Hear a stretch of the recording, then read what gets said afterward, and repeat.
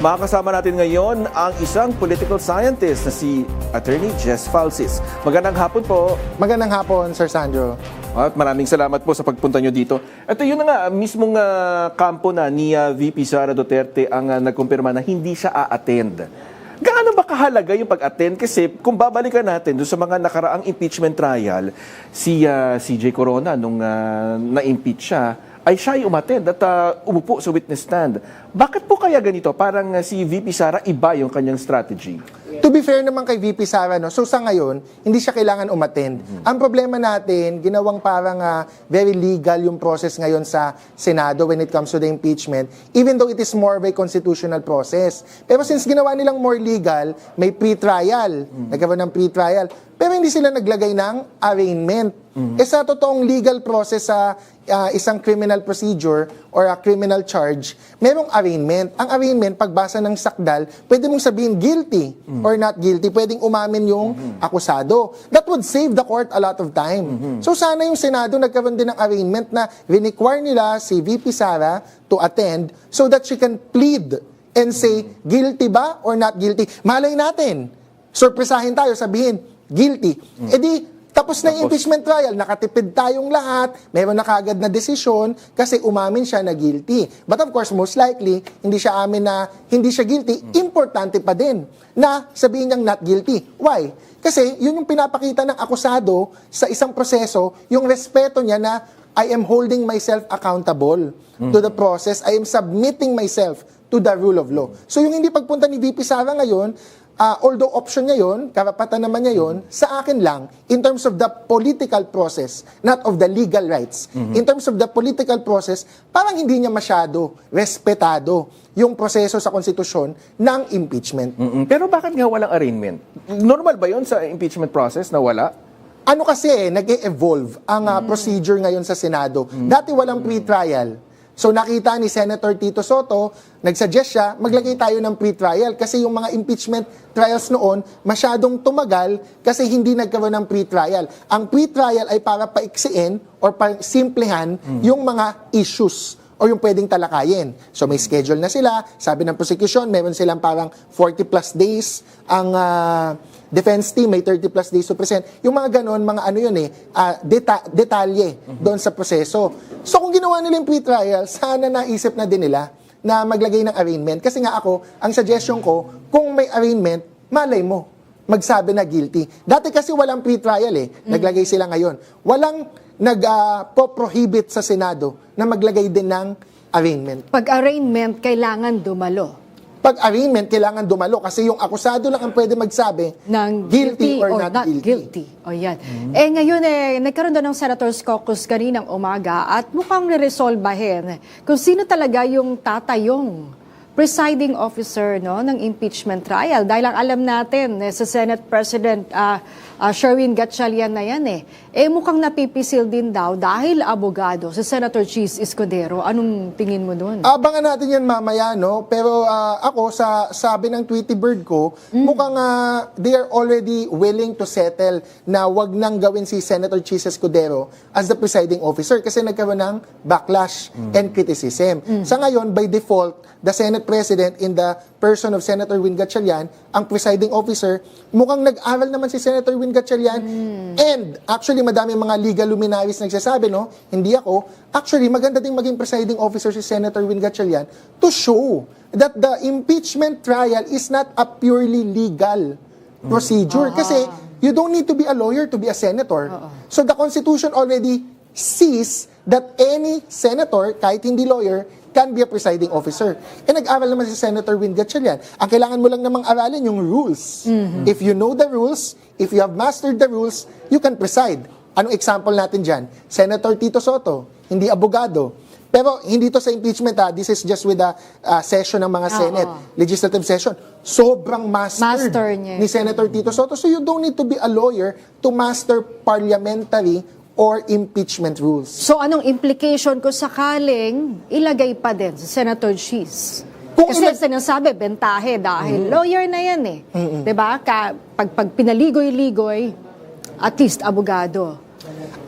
Kung ilagay si Senator Chis Escudero, it means that the senators as a whole think it is better for a lawyer to be the presiding officer. But again, I would disagree with that kasi ang iniisip siguro ng mga ibang senador, pag yung defense ay merong inisyu na motion or objection, mas maganda na lawyer yung presiding officer. But actually, kapag may motion ang prosecution or defense, it is not the presiding officer that decides the motion. It is the senator judges as a whole. So yung presiding officer only facilitates and creates the initial decision. Kung mag-disagree sa kanya yung majority ng senator judges, ma-overturn si presiding officer. Oh, more or less, partner, Attorney Falsis, 12 minutes na lang. Oh, at umpisa na ng impeachment trial. So, anong inaabangan ng taong bayan? Lahat. Ngayong araw, no, kapag nagsimula ng impeachment trial, hindi na yan mapipigilan. Because once it starts, you cannot stop the people from expecting the trial to proceed. Alam naman natin ang mga Pilipino, mahilig sa medyo malateleserye na mga proceedings, no? Nung panahon ni Presidente Erap, madaming nakatutok. Talagang nakabantay sa impeachment trial, no? Parang telenovela, sinusubaybayan.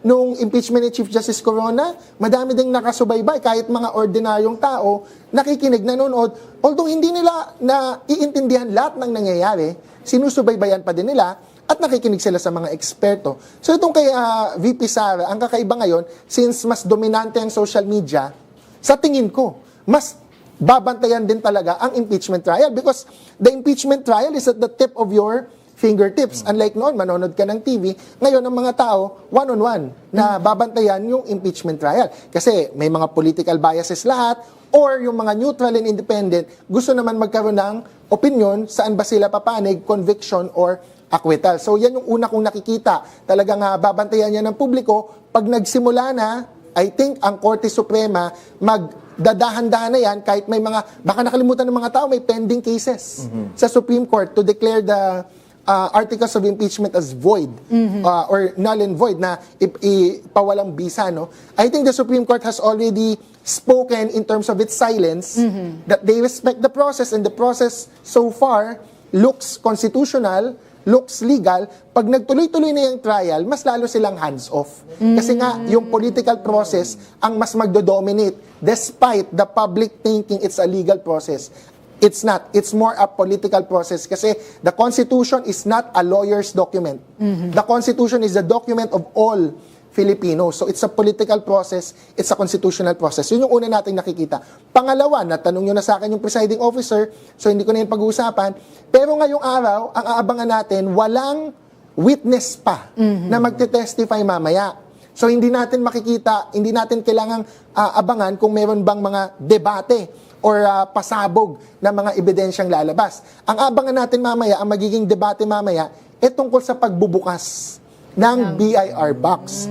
Kasi may mga senador na gustong buksan yon at may mga ilang senador na nagsabi na din sa media interviews na they are not inclined to open it, na isoli na lang sa Kongreso. House of Representatives. So, titingnan natin yung debate doon. Hindi ibig sabihin majority yan, sina Senator Ping Lacson, sina Win Gatchalian. It doesn't mean iisang opinion nila. Parang mukhang hati kahit sa majority. Tapos, ang titingnan natin, so yun yung pangalawa, di ba, BIR box. Ang pangatlong titingnan natin, in relation with the BIR box, madami bang pupunta na minority senators? Yun. Today is the first day na magkikita-kita ulit ang mga majority at minority senators because madami or lahat ng minority senators hindi pumunta nung nagka-quorum at special session ang majority na 13 with Senator Cheese and Senator Joel joining Win Gatchalian, the block of Senator Win Gatchalian, walang minority doon eh. So yung mga bangayan, iringan ni na Senator Alan Peter Cayetano, former Senate President, ni Senator Ping Lacson at nung iba, ngayon mo makikita yung personal dynamics kung they will still be courteous, civil, friendly, awkward, or heated na tension between the minority and the majority. Paano yung pananagutan ng senador kung hindi umattend or hindi sa lahat ng trial? Diba? Lumitaw, lumubog. Magandang tanong yan kasi actually pwede ding umabsent sa lahat ng trial dates ang isang senador. Why? Makaboto ka ba? before we go to the vote, no? Ayun. Why can they be absent? Kasi wala sa impeachment rules requiring them to attend, or walang nasa rules na may power ang Senado to compel attendance. Ang Senado, sa normal legislative session, sa normal Senate rules, kasi iba ang normal Senate rules sa impeachment rules, or rules of the Senate on impeachment. Dito sa ordinary Senate rules, meron dong provision na pwedeng ipa-aresto sa Sergeant at Arms to compel the attendance so that you can create a quorum. That is for legislative sessions. Pero sa rules on impeachment, nung binasa ko, walang similar na provision. Ang meron lang, to compel the attendance of witnesses. Issue subpoena, compel witnesses, kahit na ayaw nilang pumunta, they can be compelled. Pero kung senator judge ang absent, walang nakalagay Nako. sa rules on impeachment. So, Paano kung magka-boycott? Yun yung nakakatakot. so it's a gray area. Hindi pa yun. Yun nga, yung mga wala ngayon. Yes. Missing, di ba? Kasi hindi, kung wala pang final conviction, Ibang usapan pa yan, Isa yung pa kay yun. Senator Bato who Oo. is intentionally missing and doon sa mga suspended because of plunder. Yes. Puntahan natin yan in a while. But I'm talking about yung mga walang kaso, hindi Pero- nagtatago, but actually they can still choose to be absent Yes. because there is nothing in the rules that provide that they have to attend. Morally, democratically, they have to attend. Tama yun, kasi binoto natin silang senador, mayroon silang mandato, they have to attend morally, politically, or democratically. Pero legally, based on the rules, there is nothing requiring a senator to attend. So, let's just say, this is the extreme scenario. Wala na si Senator Jinggoy, Senator Marcoleta, arestado. Ngayon lang, wala na din si Senator Bato, nagtatago. But if all the minority senators, as a block, choose to absent themselves, technically they could. And only 13 can attend. So ang tanong, yung 13 lang ba ang boboto? That's a gray area. At saka paano yung quorum? Paano kung walang quorum mamaya? Matutuloy ba ang unang araw na 13 is a quorum eh. So as long as nandun ang majority with Senator Cheese and Senator Joel Villanueva, they will have a quorum. So kahit wala yung minority? Kahit wala yung minority. Pero doon natin pwedeng tingnan yung usapin na, is it democratic? Is it logical? Is it respective of the due process? Si Vice President Sara Duterte, lagi niyang rinirequest due process. Last year, napawalang bisa niya ang impeachment because allegedly may violation ng due process. Ang titingnan natin dito ngayon, yung due process not for VP Sara. If umabsent yung minority senators. Ang titingnan natin dito, due process for the prosecution. Why? Kasi nga, to get a conviction, traditionally, ang alam natin, 16 votes. But if mag-boycott yung Sham, or if mag-boycott yung minority senators, paano yung due process for the prosecution? Eh, ang pinipresenta nilang evidence, 13 lang ang nakikinig. How could they ever get the 16? That is why may mga ilang legal luminary. Hindi ako to, sina Justice Antonio Carpio at ibang mga legal luminary who say that 16 is not in the Constitution. What is in the Constitution is 2/3 to convict of all members of the Senate. But what is all members of the Senate? yung ma-attend. Hindi siya pwedeng absurd yung definition. Kasi if you say all members of the Senate, kung may patay, kung may suspended, counted ba? Eh, hindi naman nakaka-participate eh. Nagkasakit, pwede rin. Nagkasakit. But indulge me, no? Ito, example. Ang isang RTC judge in a criminal case, nagde-decide siya kasi naririnig niya yung witness mismo. Nakikita niya sa courtroom niya paano yung prosecution at defense at yung nasa witness stand. Nanumpa yung witness. Nakikita niya yung demeanor. So gagawa ng decision yung RTC judge. Question, kung absent yung RTC judge, pwede ba siya gumawa ng decision? Hindi pwede yon. Violation of due process yun. Pag umangat sa Court of Appeals, sabihin natin iangat sa Court of Appeals, or iangat sa Supreme Court, or punta tayo sa Sandigan Bayan. Ang Sandigan Bayan, unlike the RTC, tatlo lagi. Tatlo. Hindi lang isa. And this is trial, di ba? Tina-trial nila sina Senator Bong Revilla, Senator Jinggoy, Senator Marcoleta. Question, dito sa tatlo na to, kung may isang uma-absent, dapat ba pwede siyang bumoto? It sounds illogical. Kasi hindi naman niya nakita yung ebidensya. Hindi niya narinig yung witness. Hindi niya binasa yung mga documents kasi umabsent siya. Hindi siya pumapasok sa trabaho. Pwede ba siya bumoto? That's a violation of due process kung iaalaw natin bumoto. That is why, sina Justice Carpio, sinasabi na yung 2/3 should be based on, sa sinabi mo, those who actually participate in the trial.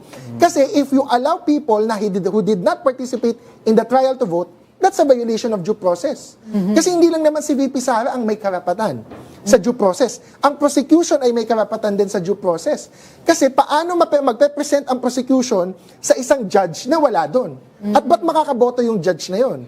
Senator judge, I'm talking about a senator judge. So those are the gray areas, and I'm not saying na hindi 16 ang to convict. I'm saying may mga ilang abogado at legal luminaries who are questioning, is it actually 16? Or could it be 2/3 of those who participate? So dito papasok ang Korte Suprema. Pwedeng pumasok ang Korte Suprema, pwede ding pumasok mismo ang Senate Impeachment Court. Because the Impeachment Court itself can make the rules. Remember, nasa konstitusyon, the Senate can make its own rules to facilitate the impeachment trial. At lalo kung may majority naman. Lalo na kung majority ang magpapasa. Remember, yung presiding officer, sino nagbago ng ganong rule? The majority as well. Wala yung ganong rule dati na pwede mong gawing presiding officer yung isang senador na hindi Senate President. Wala yun dati. Binago lang nila yung rule. Pero pwede siya mapag-usapan ngayon sa first day ng trial. Pwede, pero I think ang sentimiento ng mga senador ngayon ay hindi muna yan pag-uusapan. Premature. Kasi premature at speculative, wala pa tayo dyan. Ang titingnan natin mamaya, related to dun sa pinakaunang tanong kanina, ang abangan talaga mamaya is how many will participate. How many want to participate. Ang tingin ko... So yun na yung, parang yun na yung, kung sino yung dumating mamaya, most likely... At hindi ayaw dumating. Kung sino yung ating mamaya, most likely, Yun na a-attend yun. naman sila sa buong trial. At kung hindi dumating mamaya. Pero kung hindi dumating mamaya, baka lang naman nagkasakit for one day. Bigyan natin ng 1 week, ng tingnan chance. natin. Bigyan natin ng chance. Oo, parang ano sa school lang yan. Siguro mga 5 maximum absences. Oo. At- Suspended. Hindi, tapos isipin na natin, ay parang Ayaw niya talaga. Ayaw nitong pumasok Ayaw nitong mag-aral Ayaw nitong mag-trial. Pero ano sabi ng Tweety Bird mo? Darating ba o magbo-boycott ang minority? Hindi na natin kailangan ng Tweety Bird kasi based on the senators all caucus, yung caucus ng mga lahat ng senador, pumunta dun si Senator Lauren Legarda and Senator Robin Padilla who are members of the minority. So at least 2 members of the minority will join the impeachment trial. Alright, sige po. Abangan na lang natin yan. Maraming salamat po, Attorney Jess Falsis. Maraming salamat po. Mga kaserbisyo, manatiling nakatutok sa inyong PRTV at sa DZMM Radio Patrol sa Istrenta para sa latest kaugnay sa impeachment trial ni Vice President Sara Duterte. Tumutok din sa aming social media accounts sa YouTube, Instagram, Facebook at TikTok sa @PRTV Prime Media. Ako po si Zandro Ochona. Ako naman si Maan Macapagal, nakatutok kayo sa Vice President Sara Duterte impeachment trial. A PRTV News Special.